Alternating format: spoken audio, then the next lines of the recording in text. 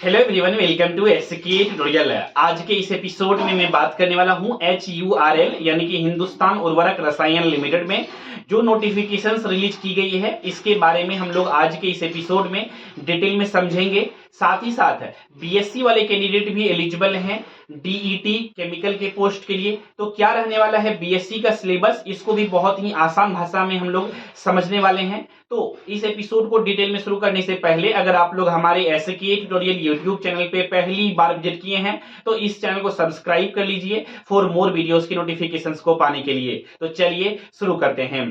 दोस्तों, जैसा कि आप लोग जानते हैं HURL का नोटिफिकेशन जो है रिलीज की गई है। तो आज का इस एपिसोड का क्या क्या कंटेंट रहने वाला है इसके बारे में मैं पहले बता देता हूं। पहले मैं HURL के बारे में इंट्रोडक्शन दूंगा बहुत ब्रीफ में, अबाउट, इसके बाद ऑब्जेक्टिव, वैकेंसी, पोस्ट और कंक्लूजन कॉन्टेक्ट के बारे में हम लोग समझेंगे। तो जानते हैं हम लोग यहाँ पर HURL क्या है। HURL जो है एक तरह का कह सकते हैं बेसिकली हिंदुस्तान उर्वरक रसायन लिमिटेड कंपनी है जो कि ज्वाइंट वेंचर कंपनी है। किसका किसका है ज्वाइंट वेंचर? ये इंडियन ऑयल कॉर्पोरेशन लिमिटेड यानी कि IOCL का, NTPC का यानी कि यहाँ पर आपको बेसिकली दिया गया है क्लियरली। इसके बाद Coal India Limited CIL, Fertilizer Corporation of India Limited FCIL and Hindustan Fertilizers Corporation Limited यानी HFCL का ये ज्वाइंट वेंचर है। ठीक है दोस्तों, इसके आगे बहुत ज्यादा डिटेल में पढ़ने की जरूरत नहीं है। अगर आपको इच्छा है तो आप पढ़ सकते हैं वीडियोज को पॉज करके। आगे बढ़ते हैं। ये HURL जो है इसमें वैकेंसी जो रिलीज की गई है 2 पोस्ट के लिए। पहला GET जिसको हम लोग ग्रेजुएट इंजीनियर ट्रेनी बोलते हैं, दूसरा DET डिप्लोमा इंजीनियर ट्रेनी के पोस्ट के लिए। अलग अलग ब्रांच वाले कैंडिडेट एलिजिबल हैं फॉर्म को अप्लाई करने के लिए। हमने ऑलरेडी HURL के नोटिफिकेशंस वाली वीडियोस को बनाया है, उसमें तो डिटेल में बातें की ही है। लेकिन आज के इस एपिसोड में जो मैं डिटेल में बातें करने जा रहा हूं वो स्पेशली केमिकल पोस्ट की जो वैकेंसीज निकले हैं केमिकल इंजीनियरिंग पोस्ट के लिए, उसके बारे में मैं बेसिकली बातें करने जा रहा हूं आज के इस एपिसोड में।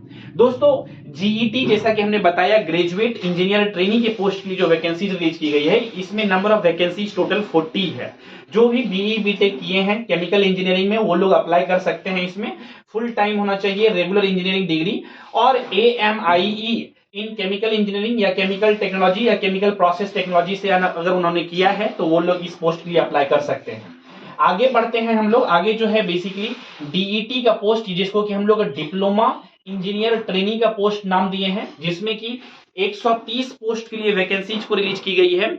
इसके लिए BSc वाले कैंडिडेट भी एलिजिबल हैं और डिप्लोमा इन केमिकल इंजीनियरिंग वाले कैंडिडेट भी एलिजिबल हैं। तो ऐसे में कंफ्यूजन आ जाता है कि सर डिप्लोमा इंजीनियर ट्रेनिंग के पोस्ट के लिए मेरा BSc है, क्या मुझे केमिकल इंजीनियरिंग के टॉपिक को पढ़ने होंगे या मैं BSc का फिजिक्स केमिस्ट्री पढ़ूं तो काम चल जाएगा?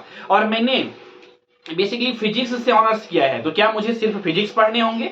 मैंने केमिस्ट्री से ऑनर्स किया है, क्या मुझे केमिस्ट्री से पढ़ने होंगे? इस तरह की दुविधा, इस तरह के क्वेश्चंस कैंडिडेट के साथ रहते हैं और आप लोग हमारे वीडियोस के कमेंट सेक्शंस में लिख करके पूछते हैं। तो सभी चीजों का आंसर आज के इस एपिसोड में मैं देने की कोशिश करूंगा बहुत ही आसान भाषा में।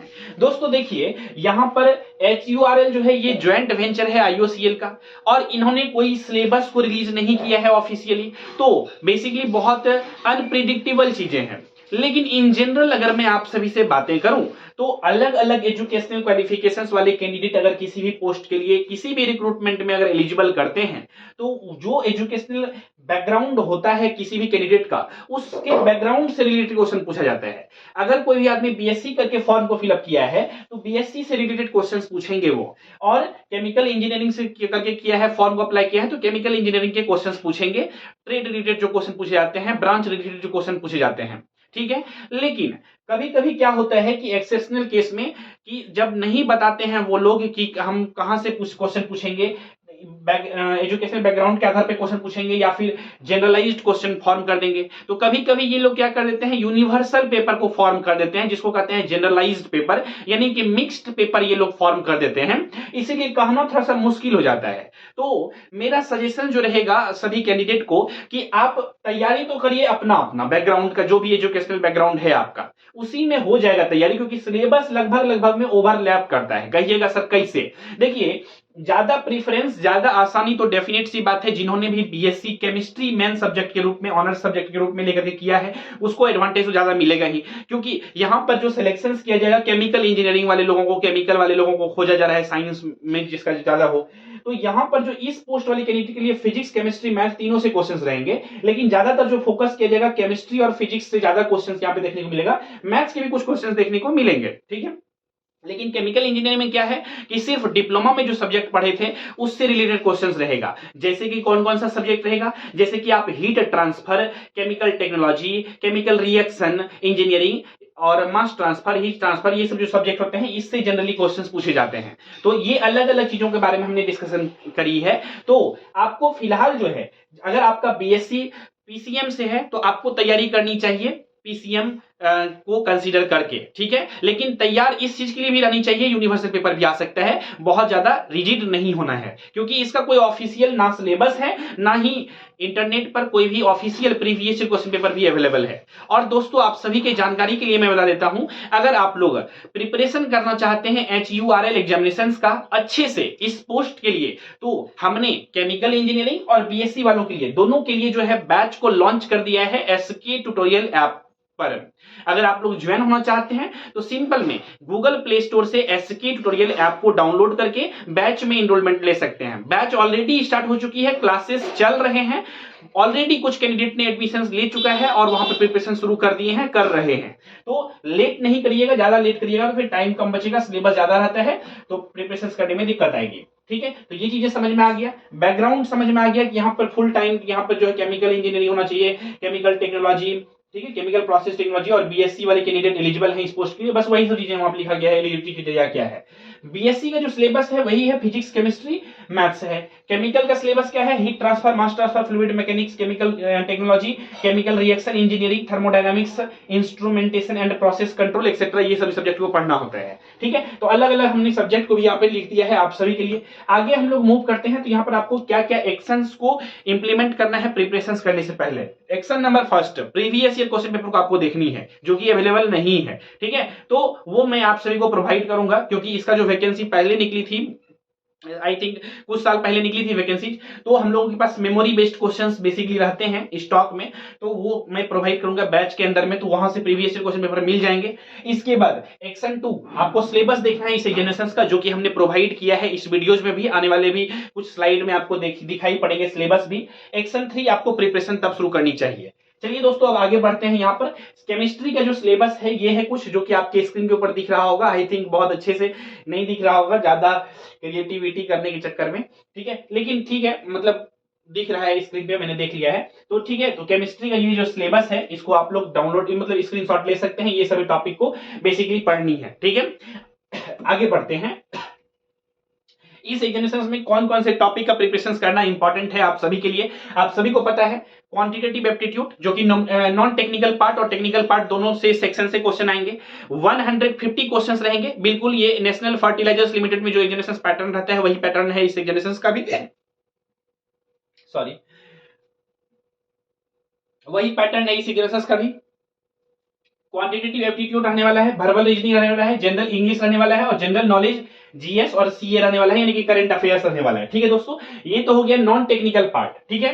इसके बाद टेक्निकल पार्ट में फिजिक्स, केमिस्ट्री, फिजिक्स और मैथ्स, ये तीनों से क्वेश्चंस आपको देखने को मिलेंगे। आई होप इन सभी चीजों को आप लोग समझ गए होंगे डिटेल में।